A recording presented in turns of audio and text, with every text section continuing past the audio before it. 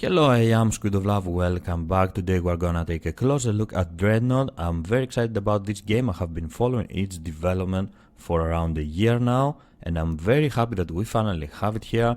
It just entered in its closed beta status, and we can enjoy it, we can play this amazing game, and it is indeed gorgeous, a very fun game to play.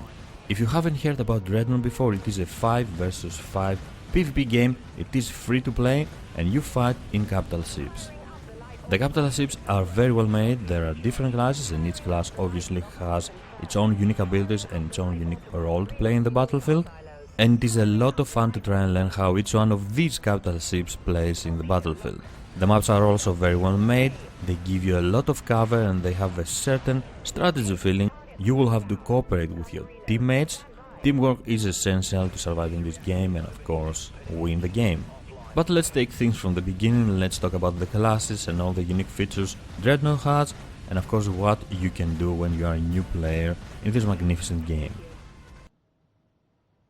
If you have played similar games, you will be familiar with how Dreadnought works. When you are a new player, you are given some starter ships, which are called trader ships, and you have to play with them until you have enough money and buy your own ships. You cannot customize these trader ships, you just have to play with their current loadout. After you have played for a while and you have gained rank, you gain access to the market where you can see your other options. You can buy other ships if you want, and you will want to buy other ships in order to upgrade your fleet and become better. Just because some ships belong to the same class doesn't mean that they behave the same in the battlefield.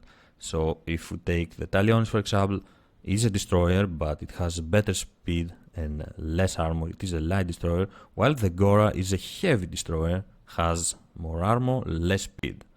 They have their own unique way to play. You will have to learn how to play with them, you will have to practice with them, and this is the most interesting aspect of the game. I have mentioned before about the classes. There are 5 classes in the game. The destroyer, kind of a support that deals a lot of damage to your targets, to your enemies, and protects your Dreadnought. The Dreadnought, the biggest, meanest ship in the game. The Dreadnought, of course, what else?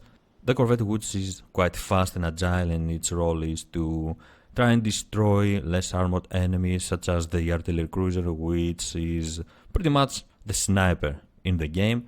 And the tactical cruiser is somewhat of a healer. It can work as a healer, it has some firepower, but mainly it works as a support vessel. It is a very interesting concept, and it gets even better when you start gaining levels. Ranks, to be precise.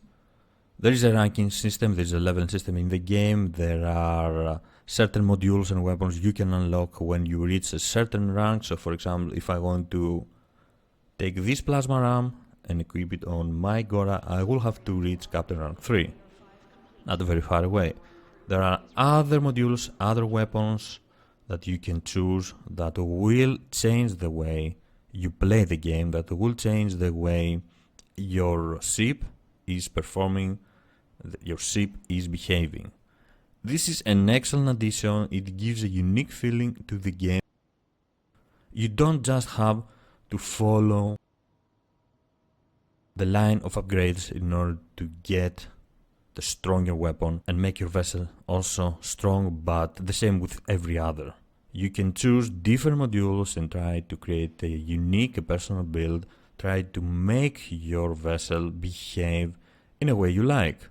And there are of course officer briefings which also give some buffs, some passive perks or active perks. So this weapon is giving a passive plus 6.5% weapon damage, but you can change this as well. There are other options. You can choose to have damage resistance plus 10%, but you will lose some movement speed minus 10%. You can create every build you like. You will just have to unlock it. You will just have to play until you have reached the certain rank.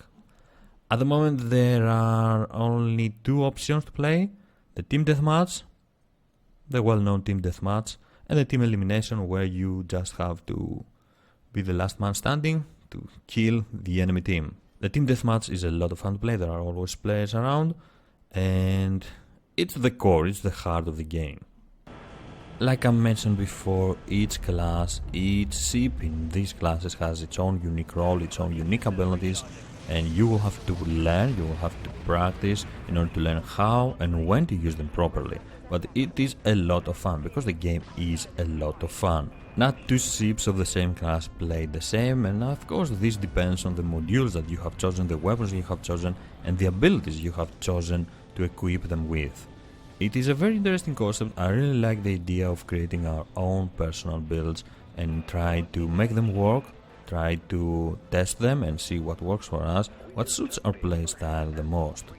I also like a lot the fact that the biggest and heaviest ships in the game, such as the Destroyer and the Dreadnoughts, do feel like capital ships.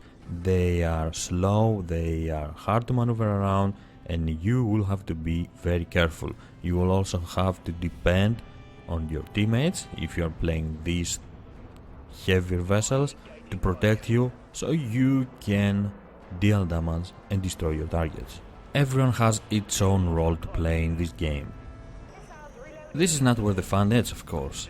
There is an energy management system in the game, and how you play, how you want to play, you can choose to divert energy to your engines in order to go faster, approach your enemies faster, or get out of their sight faster and survive. Shields in order to withstand more hits from your targets, and of course weapons. By diverting power energy to your weapons, you increase their effectiveness, you increase your rate of fire, and you ensure that you will kill your target before they kill you, hopefully at least. This is an excellent system, very important system to the learning curve of the game. As you are practicing and as you are learning the game, you will learn how to properly utilize this function, how to properly divert your power to your shields, engines, and of course weapons in order to survive and get the most out of your vessel. Learning when to divert your power to your shields will keep you alive, and learning when to divert that power to your weapons will give you an edge in the battlefield. A great system that gives a certain tactical element in the game. Dreadnought is a great game, not just point and shoot, but there is thinking, there is strategy involved, and you should think when to activate your modules, how to use your modules and your weapons in order to kill your targets, overcome your opponents, and win the match. So far I'm having a lot of fun with Dreadnought. It is a great game, and I'm really happy that it has lived up to the hype. I was expecting this game, and I am very happy with the outcome. You should take a look at this game when it will be available, when it will enter in open beta. It is a lot of fun, and I can't wait to share more from Dreadnought with you. This was Dreadnought closed beta. Thank you for joining me. I am SquidofLove, and I will see you next time. Bye bye. Scratch enemy destroyer. System drain. Starting cooldown.